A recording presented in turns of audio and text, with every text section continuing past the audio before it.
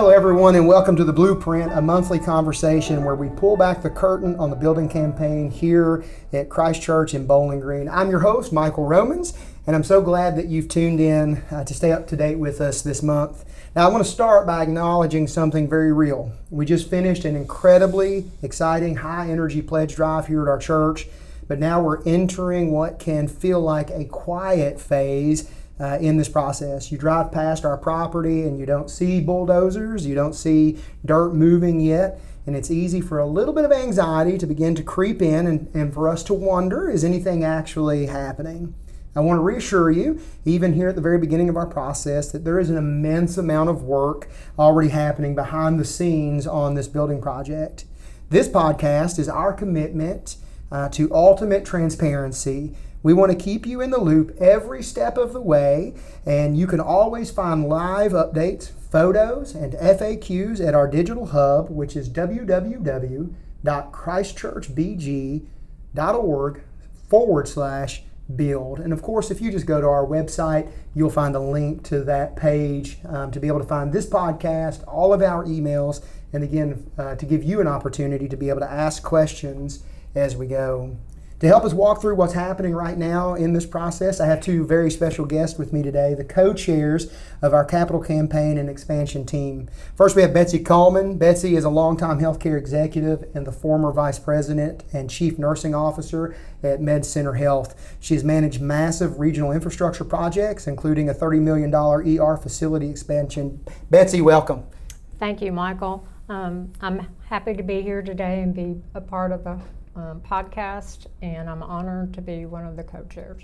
Thank you. We also have Mike Gardner with us today. Mike is the former Deputy General Manager and Wastewater System Manager for BGMU. He has over 22 years of local infrastructure, engineering, and project procurement experience right here in Bowling Green. Mike, it's great to have you with us. Thank you, Michael. It's great to be here, and I'm still a bit of a newbie here at Christ Church, so I was honored to be asked with a little trepidation, but got Betsy here backing me up too, so appreciate that, and it's great to be here, and we're excited about this project. Excellent. Thank you both again for being here. I know that it's a little uncomfortable perhaps when people brag on you here in public and we put it out, but like I was talking to you all before we started, I do think it's important that people know. It made me feel more comfortable when I looked at your all's background to say, to be able to see and to say, yeah, here are people who have experience in this space. This is not, so to speak, your first rodeos, either one of you. So we're excited to have you helping co-lead this team as we move forward. Before we dig into logistics, though, we have to start with gratitude. In our recent update email that went out on June 30th, we shared some incredible numbers. Can you walk us through that, what the congregation is committed to, and what that tells you about the spiritual health and unity here at Christ Church, Mike? Sure. As Michael said, we've completed the campaign portion of the project here. We have had excellent response back on that. We're very pleased with that. We have commitments towards the building of the new church totaling $2,034,356. That represents 91 giving units, including the Meso congregation. We've also had 11 different giving units, families that have made contributions already that haven't made a commitment, but they are giving. So overall, more than 77% of our congregation is committed and financially involved in the project. So yeah, that is awesome. We think that is excellent. Mm-hmm. And I should step in here. Giving units is such a kind of corporate church word. Let me explain what that means. Sure. It's just the way we have to think about things. But for anybody who doesn't know, a giving unit is just a person in our church who has given to the ministry of the church. So it could be a family like Emily and myself, like a household, but it also gets complicated because, say, our son or our daughter gives to the church separately. They're their own giving unit, even though they're also kind of a part of ours. So when we talk about giving units, we're really talking about individuals or families that are giving to the church. Betsy, with $2.2 million, give or take, or at what, a little over $2 million pledged, we've set a preliminary target of a total project budget of about $4 million. And of course, we know at this point that's just a guess. We're working on getting solid numbers. How does your experience with large-scale healthcare budgets shape how we look at managing a project of this scope? Well, obviously, $4 million doesn't really rock my boat because being in healthcare, our budgets were much, much higher. But $4 million for a church is a lot of money. So our stewardship of that money is very important. In my experience with construction projects, I was always wanting to work toward being on budget or below budget. And, change orders were few and far between. So when I manage those projects, to me, you're managing other people's money, but you manage it like it's your own money. So our committee will be looking at those decisions very carefully and very prayerfully over the next months as we go through this project. Absolutely. And I'm sure people are going to be glad to hear that, right? That one, you have that experience, but also this team, yourself included, is taking very seriously that call to be good stewards with what we have. And of course, like I said, we're at the very beginning. So, Right. yeah. And we did, at the beginning, we had a $8 million budget, and we, like Michael said, we brought it down to $4 million, and the way we did that was just to focus on the sanctuary and the music space. Yes, drastically kind of reducing that original scope when we began to look at reality, and that's again where we're at. Again, now we see this is what's pledged, what we think we will reliably receive. So now, where's God moving us? And to that end, Mike, as we look at that $4 million target budget, we know that we have just over $2 million of that in pledges that have been committed. What can you share with us about how the team's working with Larry Wells to secure solid financial packaging for the remainder of that? Sure. Larry has been tasked with kind of the tracking on the funds, the investment of the funds as we approach building, and then oversight of dispersion of funds through the process. So Larry has great experience on that, and we feel very good about his involvement there. So right now, as people are giving, it will go into a specific fund by itself. It's not mixed with other giving by the church, either regular tithes or other projects that may be going on. And as we get into the actual construction, then Larry will help us to oversee disbursement of funds to pay for it. More than likely, what we will do is arrange the contract so that we will pay for things directly, and as a church, then we do not have to pay sales tax on it. So we're going to save 6% on all the materials right there. Right, and in a project this size, I would imagine that's going to be a pretty big difference. That'll be significant. So essentially, it's setting those monies aside, getting ready for the actual construction, and then with the oversight of Larry and the lead team as well on disbursement of funds for the building. Yeah, and you hit on something there, Mike, that I hadn't really even thought to put in our notes, but something that people may not be aware of is the fact that as that money's coming in, as people are paying their pledges, they are being put into a separate account, and that is an interest-bearing account. That is correct. And the lead team decided some months ago that 100% of that interest is going right back into this project. So money that is donated against pledges right now are being held in a way that they are increasing themselves, in a sort of way, and we're very grateful for people who have gotten ahead on that to allow that to begin to compound here at the beginning. So, as Betsy said, we want to be good stewards throughout this project, and that's one element of it. Right. We want to take care of it and let that money grow while we're waiting to actually start building. Absolutely. Thank you, Mike. At our June 23rd kickoff meeting with the building sub-team, Mike, you committed to bringing procurement language and educating the team on different building methodologies. For those of us who, like myself, are not engineers in background and don't have that experience, can you help us understand some of those options that we're looking at? I know that we talked a little bit about design build, perhaps an architect with hard bids, or a construction management CMR program. Yes. Can you help us understand what those are? Sure. Traditionally, on projects, whether it's been public or private, most entities have used a design, bid, build process. That might be called the architect with hard bids. Essentially, it's a 3-step process of designing it, then putting it out for bids, taking bids, and then actually constructing it. So those 3 elements are separate. In recent times, because of intricacies in marketplaces, with material costs and whatnot, we went through COVID, and that made a huge impact on how we procure actual materials, because the supply chains really got messed up during that. One of the newer practices is a design bid, where the architect engineer works together with the contractor through the process. As they're designing it, they get input from the contractor about the buildability. And by that I mean the construction techniques that maybe the architect engineer didn't think about, or the conflicts in that process. So they work together as a team to come up with a project that is better up front.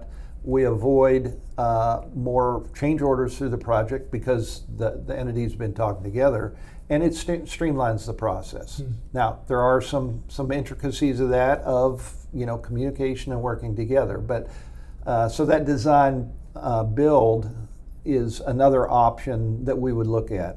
The third one that you mentioned, the construction manager at risk, don't know if that's the best fit for us, but it's another variation on this process where we could hire a construction manager, and they have the authority to oversee and coordinate the design portion with the architect engineer and the contractor. So essentially we're giving it to him and saying, or her, a company, and saying, okay, you manage it for us. It's kind of a hands-off sort of approach. All of these have different risk profiles that we will look at and figure out how we want to best manage that. And essentially what we want to do and looking to do is maintain control over this process so that we're integral to it, but reducing risk as much as possible. And so these 3 different approaches, and there may be another variation somewhere in there, we will evaluate as a team, take that to the lead team, get their buy-in on it before we do any hiring. Right, which is an important part of what that team is doing right now. That's some of that behind-the-scenes work we were talking about earlier. That you don't see that, but it's important decisions and research that has to be done. So hopefully that team is reading I know you provided to them some information about these different categories, and so they're educating themselves, and then they'll come back in this coming month or in this month, July, and continue that conversation. So thank you, Mike. Betsy, on July 11th, coming up this weekend, members of that same team are going to be hitting the road and visiting some regional churches, churches that are either going through building projects or who have gone through building projects. You want to tell us a little more about that and what we're hoping to learn? Yes. One of the first things we discussed at our first building team meeting was visiting churches to look at new construction, old construction, what's good, what's bad, what they would do differently if they were building again, and just to get ideas. When you're building like a house, you have these thoughts about what you want to do, but there's also a cost related to the desire. So we want to get out there and look at churches firsthand to see what they've done and what we like and what we don't like, and get their feedback on what design build they used, cost, how we might cut costs that they didn't think about. But we're going to be visiting several churches. We're going to be visiting Plum Springs Baptist Church, Cumberland Trace Church of Christ, which is probably the newest church in town, I think, out on Cumberland Trace, Rich Pond Baptist Church, and then Eastside Church of Christ, that's on Small House Road, has just began a building project. So we should be able to gain a lot of information from them. And then finally, we're going to be doing a Zoom visit with the Florence Methodist Church in Florence, Kentucky. Excellent. And once we gather all of this information, which is really the stage that this team is in right now, is information gathering, then we'll come back together, and as Mike said a while ago, we're going to bring all of that information back to the lead team and to what we hope will be a town hall, so people will be invited to hear this is where we're at, this is what we're thinking.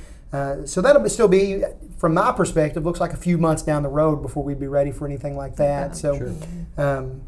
But in the meantime, we've got many other things to get our heads around. We're also planning and thinking through already the zoning and permitting that will have to happen. Mike, local planning and zoning, as you know, can be a maze. In our notes from our talk at our last meeting, there was some conversation of a CUP, a conditional use permit, Yes. And development plans. Can you kind of explain what that is and how that's going to play into what we're doing? Sure. And we currently have a conditional use permit for the, I call it the Mother's Day Out program. The PDO. PDO.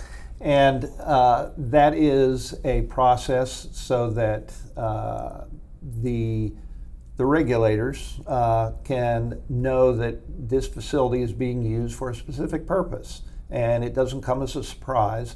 And if there are conditions that must be met to serve that purpose, for example, the PDO, we have to have proper bathroom facilities, we have to have a playground, we have to have various things. So as we move forward with the new congregation, with the new church building and the sanctuary, they will look at those things, and it'll include things like ingress, egress, safety features. Do we have the proper number of bathrooms to serve that congregation in that facility? And take into the various things with fire regulations and so on and so forth. So it's basically an oversight safety type process. So we'll go through that later in the building process and apply for it and work with the local officials. It can be a little bit of a maze, but we've got some good folks that have experience in that, and so we'll be looking ahead to address those issues. Yeah, I mean, I think you made a great point, which is as we're talking, this is not the entire team, right? So there are so many folks on our team, and it's a really well appointed team, I think, Right. with various gifts and graces and backgrounds to help us through all of this. Betsy, some people might hear all this talk about committees, architects, and permits and worry that decisions are being made in a back room somewhere by just a small team. Can you kind of lay out for us what the roadmap for how the congregation will be actively participating in this process happens from here on out? Okay, I can. We'll have a formal chain of command for approval. The building committee, does the research and brings the ideas forward. Once the building committee decides on the plan, and then it goes to the lead team, which has to approve anything before it goes any further. Once the lead team has reviewed it and approves it, then the next thing that we will do is town hall meetings like they did when we began the financial program. To get everybody's ideas and thoughts, and then before we actually sign any contracts or any kind of paperwork, there will be a vote from the church itself. So we'll be communicating, after our building meetings monthly, so everybody will be in the loop about what's going on and where we are in the process, because we think that transparency is very important to this project, and we don't want anyone to think that they don't have a say in what we're doing. Yeah, I think that's so important. I think if there's anything that has come out of these first few meetings that we've had, it's this idea that this is, the mission of our church is to connect people to God and to connect people to one another. And we think God has called us to this because it's going to further that mission. And part of that is us connecting together in doing this work, right? That this is not going to be the work of just a small team or even the lead team. Now, your elected lead team will be kind of your final votes on a lot of things. And obviously we can't micromanage every small detail and bring every little detail to a town hall. But those large overarching decisions, the big rocks, so to speak, that those are going to be everybody's work together. And of course, a part of that, as we all know, the reality of working together is nobody gets everything that they want.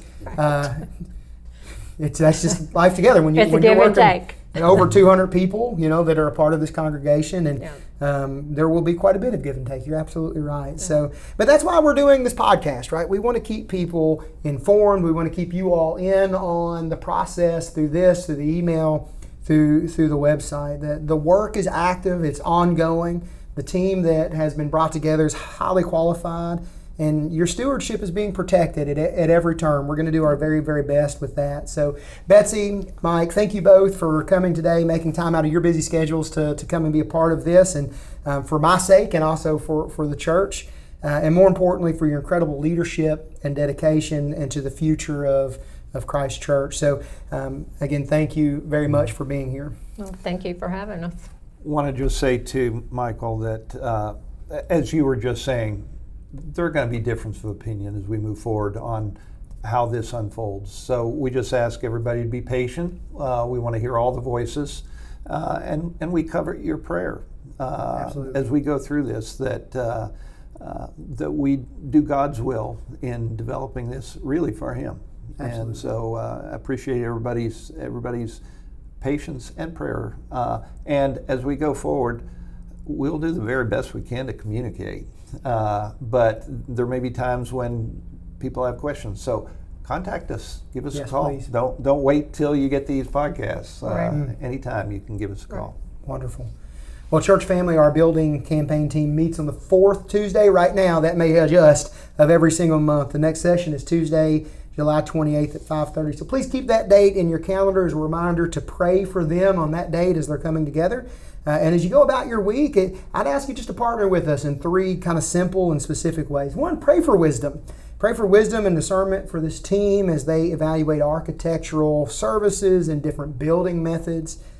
Pray for clarity and for favor with our local planning and zoning approvals, that we could have good relationships with all these important professionals out there. And finally, pray for a spirit of unity and, as Mike said, patience, but also excitement across our entire church family. This is an exciting thing that God has called us to. It will come with some work, but it's still exciting. So for all details that we've discussed today, including our full pledge breakdown that was in our previous email, you can go to www.christchurchbg.org/build. Thank you. Thank you for your generosity, for your vision, your prayers, and we are stepping together into what God has called us to. May God bless us, and we'll see you again next month on The Blueprint.